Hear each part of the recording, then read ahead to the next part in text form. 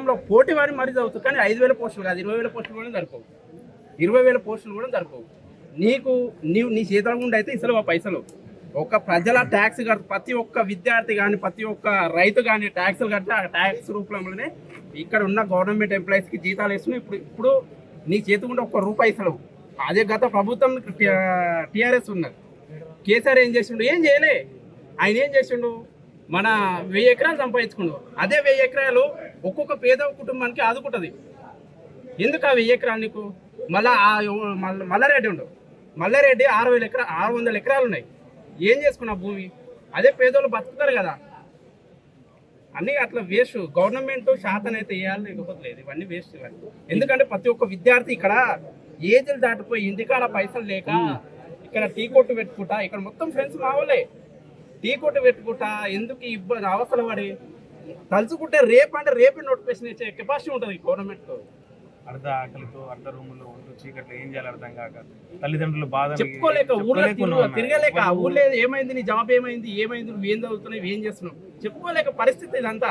ఒక గవర్నమెంట్ మీకు కాకపోతే వదిలేసాలు ఎందుకు రావాలి? ఇవన్నీ వేస్ట్ కదా. వేరే గవర్నమెంట్ చూస్తుంది. అక్కడ బీజేపీ ఉంది, టీఆర్ఎస్ ఉంది, ఇవన్నీ ఉన్నాయి కానీ వేస్ట్ ఇవన్నీ. కానీ ముందర ఏది ఉన్నా సరే కానీ ప్రతి ఒక్క విద్యార్థికి న్యాయం జరగాలి. అదే మెయిన్. ఏ పార్టీ వచ్చిందని ముఖ్యం కాదు, విద్యార్థులకు న్యాయం జరిగిందా లేదా, అది ఒక్కటే మెయిన్ కాన్సెప్ట్. ప్రతి ఒక్క విద్యార్థి, ఎందుకంటే ఇక్కడ ఉన్న నాకంటే అన్నే వాళ్ళు చాలా పెద్దోళ్ళు. ఇక్కడ నేను ఒక్కనే కాదు, ఇక్కడ ఉన్న ప్రతి ఒక్క విద్యార్థి అందరూ ఏజ్ అనేది లిమిట్ దాటిపోతుంది. నువ్వు వచ్చి 2.5 సంవత్సరాలు అవుతుంది. గత ప్రభుత్వం ఇచ్చిన నోటిఫికేషన్ అది ఫిల్ చేసినావు, కానీ ఇప్పుడు వచ్చిన కొత్త ప్రభుత్వం ఏ నోటిఫికేషన్ ఏది ఇవ్వలే. ఇప్పుడు ఎఫ్బిఓ ఇస్తున్నావు. ఎఫ్బిఓ ఏం చేస్తున్నావు? 1300 పోస్టులు. ఈ 1300 పోస్టులు ఎవరికి సరిపోతాయి? ఇక్కడ ఎవరికి సరిపోవు. ఒక డిస్టిక్ ఒక పోస్ట్ కూడా రాదు.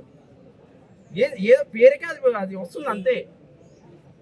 ఏదే కానీ మీరు తలుచుకుంటే ఈ గవర్నమెంట్, కాంగ్రెస్ గవర్నమెంట్ నేను ఒక రేవంత్ రెడ్డికి నేను ఒక అభిమానే, కానీ నేను ఒక అభిమాని చెప్పకుండా ఒక విద్యార్థిని అని చెప్తున్నా. నీకు మా బాధ ఏందో నీకు చెప్తున్నా.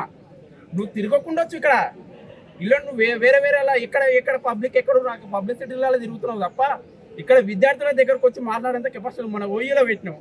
ఓయిలో ఏం పెట్టినావు? అక్కడ ఏదో చేసినావు వాళ్ళని ఏదో మెసేజ్ చెప్పినావు, గతం అక్కడ స్టాప్ అయిపోయింది. గత ప్రభుత్వం ఏం చేసిందని దానిపైన డిస్కషన్ చేస్తారు తప్ప మేమేం చేస్తున్నాం దానిపైన డిస్కషన్ లేదు అసలు.